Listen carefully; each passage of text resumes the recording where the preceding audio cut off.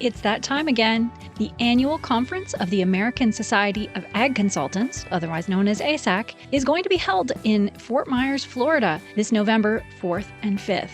Kurt Covington is one of 9 professionals who will address the conference. The other speakers who will cover a wide range of topics represent Florida Farm Bureau, Florida Citrus Commission, University of Tennessee Institute of Agriculture, National Ag Law Center, Risk Mitigators and Advisors, Tyler Associates, as well as the lead economist for dairy at CoBank, and myself, Chrissy Wozniak from North American Ag. The day and a half of presentations will be followed by ag tours on Tuesday afternoon at Echo Farms, one of my favorite places here in Fort Myers. Attendees will experience farming at its most creative, with unique demonstrations, plants, and techniques being used to help farmers and urban gardeners in developing countries. A second tour at Echo will showcase simple technologies that can improve food, water, and shelter for millions of people. A third tour of a hydroponic grower is also being planned. For more information and to register, visit www.agconsultants.org. That's www.agconsultants.org. See you there. Today's Ag Spotlight episode is sponsored by Energrow. Energrow's oilseed pressing system helps farmers crush their feed costs. The easy way to make fresh, homegrown, high-quality meal, plus expeller pressed oil right on the farm. The fully automated turnkey Crush Pro is easy to set up and run 24/7. To learn more, go to energrow.ca.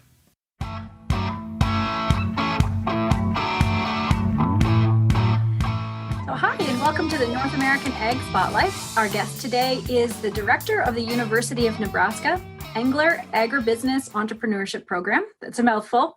He's featured commentator of the Entrepreneurial Minute on the Angus Report on RFD TV and a noted agricultural author. I'd like to welcome you, Dr. Tom Field.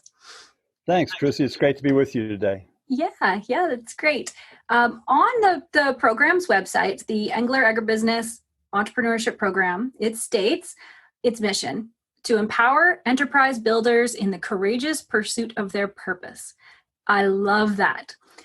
Can you tell us about the vision behind the program?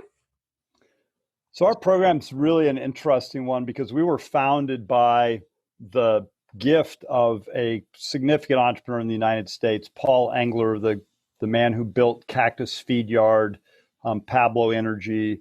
And our vision is all driven about the fact that if you build people first, if you can get people hooked into a purpose that they understand, that they believe in, and then you build a business on the backside of that, you're going to build a sustainable business that actually might stick in the rural community, that it might actually make a difference. And so we're people first, we build people, and those people build businesses. And it's been a model that's just been fantastic to work in. Yeah, that's incredible. I wish a program like that had been started when I was in school. That would have been amazing. So how long is the program, or how is it structured? So we've been around for about 10 years, and so we're still changing everything we do. So we don't even have anything to defend yet because we're always in motion. But we're designed as academically as a minor, and so students from across campus can take this minor. Either a 12 credit or an 18 credit minor. But what we really have created is a community of people. And our magic, if we have it, is we treat young people like adults. From the minute they show up, we treat them like they have value and ideas and something worth pursuing. We're very collegial. We have a flat organizational structure. We've built a very, very strong culture around the mission and around our 6 pillars of belief, which are aspire, build, grit, partner, passion, and courage. And what we do is we literally meet people where they're at, and then we help them get on the entrepreneurial journey, understanding that journey is not a 4-year experience at university. It's a lifetime journey with lots of twists and turns and high moments and tough moments. And so we literally have built this community, which has been an extraordinary experience to do that in a university setting. Right. That's incredible. Just incredible. So where are these students going after they leave this program? So we have about 20% of the students will actually start something while they're in college. We've had students as seniors running businesses that are $500,000 to $750,000 revenue companies as they're graduating from the university, which is super exciting. We also have a lot of people side gigging, and almost every student will have some sort of side hustle. We're right now in the process with our freshmen of running a concept. We have 60 freshmen in our program this fall. We have a 60-day break between the end of fall semester and the beginning of spring. So we're talking about the 60 by 60. What can 60 side hustlers generate in 60 days? Wow. And we think we're going to come close to maybe having those 60 produce more than $100,000 of gross revenue, just side hustling in 60 days. Students go to work for companies. They go back to work in family businesses. They choose all kinds of routes. And then what we see is a lot of our alumni then, once they get their feet kind of grounded and they've figured out some things, then we see a lot of startups happening with our graduates 4 and 5 and 6 years post-graduation. Wow. That's amazing. So, and we just love the philosophy of entrepreneurship, and we know that it's going to kick in at different times for people, right? Some when you're young, and sometimes we fully expect, 30 years from now, there'll be some folks who did the corporate gig for 30 years and then said, you know what, I'm ready to go start my thing. And the spark was lit. Oh, that's great. So most of your students, are they from Nebraska, or are you taking, students from across the states as well? All across the country and really globally. We have students from South America and Wow. Asia. We have students from across the United States. We have a New York to California and North Dakota to Texas. So Really? we're attracting people, predominantly Nebraskans though, and we love doing this in a place like Nebraska because the work ethic is so strong, and these young people are so down on this generation time. Like, you just got to come hang out with our students because the future is so incredibly bright, and this is such a talented group of human beings. It's just amazing. Right. That is so cool. So as for you, I know you're a passionate advocate for not only agriculture, but also free enterprise. So how did you come to this position as director? Well, that's a long and crazy story, and none of it makes any sense. Other than I was raised on a ranch in western Colorado. I'm still a partner in that business. I was raised by an entrepreneurial family. All my grandmothers, my mom, my father were all entrepreneurial people. My mom started a company when she was 50, ran it for 30 years after she'd kicked all of us out of the nest, right? Yeah. And had some time to focus. And I went on, I came out of college, went back to work for the family business. I went back then to graduate school in the middle of the ag crisis in the 80s. I've just been lucky. I've been surrounded by good people. I've gotten lots of opportunities. I started a consulting company I've been side gigging like crazy my whole life. Right. And it just, the stars sort of aligned, and I got recruited to come here. I had no vision ever of actually doing something like this, but once the opportunity showed up, it was like, for most of us in the entrepreneurial space, when the magic hits, you answer the door, and you're super glad you walked through it. For sure. Yeah. So how has COVID affected this school year?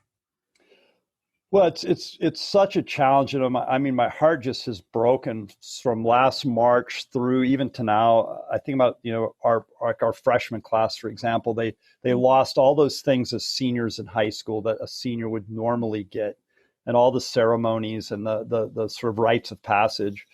But we've kept going. We said, look, and fortunately the university gave us that option, and we said, we're going to stay as live as we can. We've certainly practiced the protocols and done all the things we should do to keep people safe. But we've just been investing in people and just creating this culture and continue to work on it. And great case in point, we have a lot of students taking most of their courses via Zoom. Mm-hmm. And we had a student tell one of our staff the other day, it's been so hard, and I sit in my residence hall and I take these Zoom classes, and I wonder, what am I doing? And I'm missing out on all that I really thought the university would be. She said, and then I turn around and I look out the window and I see Miller Hall, where I know the Engler program is, and where entrepreneurship is alive, and where people care about me. And she said, I look at that and I know everything's going to be okay. That's amazing. So that's, that you get that kind of affirmation. It's worth getting out of bed every day. For sure. I know. And mental well-being for kids right now, especially, in high school and college and even in grade school, it's really tough. I hear stories about, the lack of socialization. We were meant to be social creatures. So hopefully this is over as soon as possible. We'll see. Absolutely. And, one of the things I would throw out to people is hope is such a powerful thing. And one of my favorite moments when we first went to Zoom last spring, so I had students had scattered back out, and one day we were running a class session, and I had a young woman from Arizona, and I could see on the Zoom they were working cattle at the ranch in Arizona. Right. I had another young guy in Kentucky, and they were working cattle in a converted tobacco drying barn. And I said, "Hey, Nelson, that's a tobacco barn." He goes, "How did you know that?" I go, "My grandmother was from Kentucky." And we had another kid fishing on the Mississippi River. And I thought, okay, this is cool. This generation, they aren't hunkered down and they're not worried and they're not freaking out. What they're doing is they're living, and they're merging all of this together. And, once I saw that, I said, you know what, this is awful and not fun, but we've seen worse, and we're going to get through this. Very good outlook for sure. And those kids are lucky to have this university for sure. So if the students could take one value away from Engler when they leave, what would you want it to be? They know how to start. You can't win the race if you don't start. And that's the thing that we preach is you'll never be perfectly ready. Your plan's never perfect, right? Because the market always messes up your plan. That's for sure. But start, right? And that's what we love about our program and our people is they're just a group of starters, and if they get knocked down, they get up, they dust themselves off, right? You get bucked off, you get back on. And that's the gritty, smart, cool way to go through life. That's great advice. And yeah, hopefully your students are leaving with that. And I'm sure they are. I've had the opportunity to talk with Shay Keister from the Casual Cattle Conversations, and she's just an amazing girl. So now I've got to know one example of the students, and definitely she's a starter. Definitely. So yeah. We appreciate her, and we'd love to anybody that would love to be part of what we're doing. We're open to that. And engler.unl.edu, we would entertain anybody from anywhere who's got the entrepreneurial spark. We'd love to have you in our community. Awesome. That's good. All right. Well, thank you so much, Dr. Field. And if anybody is interested in more information, you can go to northamericanag.com/entrepreneur. Or if you're on the site, go to Future of Ag and follow the links to Ag Entrepreneurship. And we've got direct links to the university there. So thanks again for joining us. Thanks, Chrissy.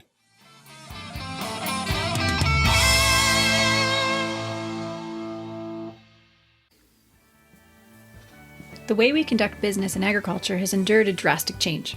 Our handshake industry has traditionally been face-to-face, but with the cancellation of in-person events and farm shows, everyone has had to adapt, from farms to manufacturers to service providers. With a dizzying array of marketing and digital business choices, you need to make the right decisions or risk not being seen at all. If you need advice or a customized plan for your business, don't hesitate to reach out to me at chrissywozniak.com or chrissy.info because that's easier to spell. Don't risk not pivoting your business. Find the path that will take you into the digital space and be seen by our industry.